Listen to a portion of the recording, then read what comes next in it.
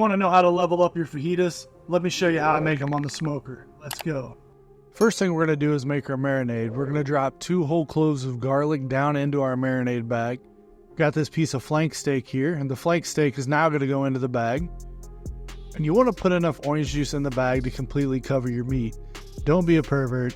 Just cover the meat. No perverted nude meat jokes here, alright guys?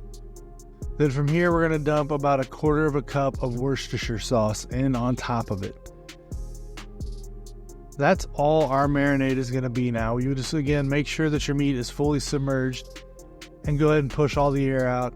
And we're going to put this in the refrigerator and let it marinate for about 4 hours.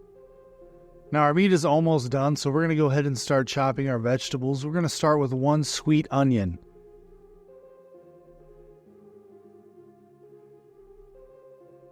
Now we're going to cut up our bell peppers, and we're basically going to follow the same process for all 3. We're going to do a green, red, and orange. I like to use those peppers because they're sweet, so they add a nice flavor. They contrast well with the meat. You'll see these in most fajita dishes. Next, we're going to season our meat, and I have a feeling this is going to be a hot button issue for some of you guys, but you're going to have to trust me on this, all right? I'm going to season my meat with Skull & Mortar's OG barbecue rub. Now you can use any barbecue rub. You can use a salt and pepper rub. It doesn't really matter. Like, do it to your flavors. Like, do it to your liking. But trust me on this. Live a little bit. It adds a nice little sweetness to the meat, which is good with the vegetables and the marinade. But it also adds a lot of really nice peppery notes. So consider stepping outside the box a little bit here. And the same thing is going to go for our vegetables. We're going to hit it with some EVOO. For those of you who aren't in the Rachel Ray fan club, that's the extra virgin olive oil.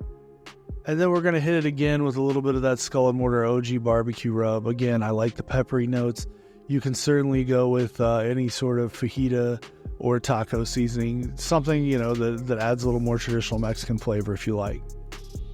So we're going to start directly with our meat on the rack. Now I'm going to use my smoke box over here to kind of help get started on the heat with the pan. If you are not using the auto ignite, just set it straight on the rack. Mine is going to end up there anyway, so I like to flip my meat every couple of minutes, so that way, since the meat is thin, it kind of makes me feel like I'm not burning it. But there's no right or wrong answer. Flip it as much as you like, despite what my Uncle Steve says with his burnt-ass burgers that taste like cardboard and charcoal. So I'm happy with how my meat looks now, so I'm going to again call on that firebox and use it as a griddle to give my meat a nice sear. So this is a dope feature that the Auto Ignite for Master Build has, but again, it's purely optional. Now, a lot of time I see these flank steaks cut with the grain, and I'm not sure why people do that, but I definitely would recommend cutting against the grain. It's going to just make this meat so easy to bite through. I like my chunks of steak a little thicker. You can cut them thinner if you like. But yeah, we're just going to chop that meat up at this point.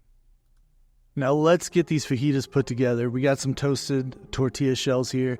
And of course, we're going to give it these vegetables. And these vegetables are perfect because they have a little bit of snap to them, so they're not mushy. You know what I mean? That's how you get the best flavor out of them. Don't overcook your vegetables here. And again, put as much vegetable or meat as you like in yours. Guys, the only thing left to do now is to try these fajitas. Go ahead and grab one, friend.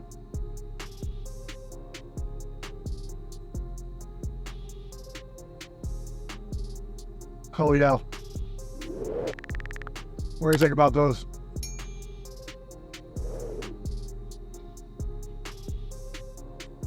Dang.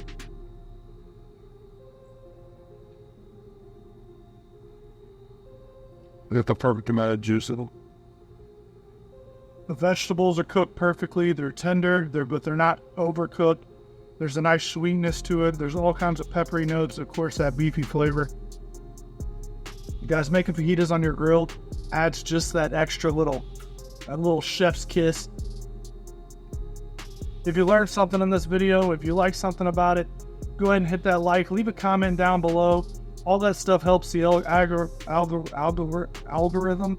It all helps all with that, and it all helps out the video, and it's totally free. Check out skullandmortar.com for sauces, rubs, merch, all that stuff. And until then, my friend, cook something dope. Hey now, before you go, YouTube thinks that you love this video, and I bet you would too, so go ahead and give it a click and check it out.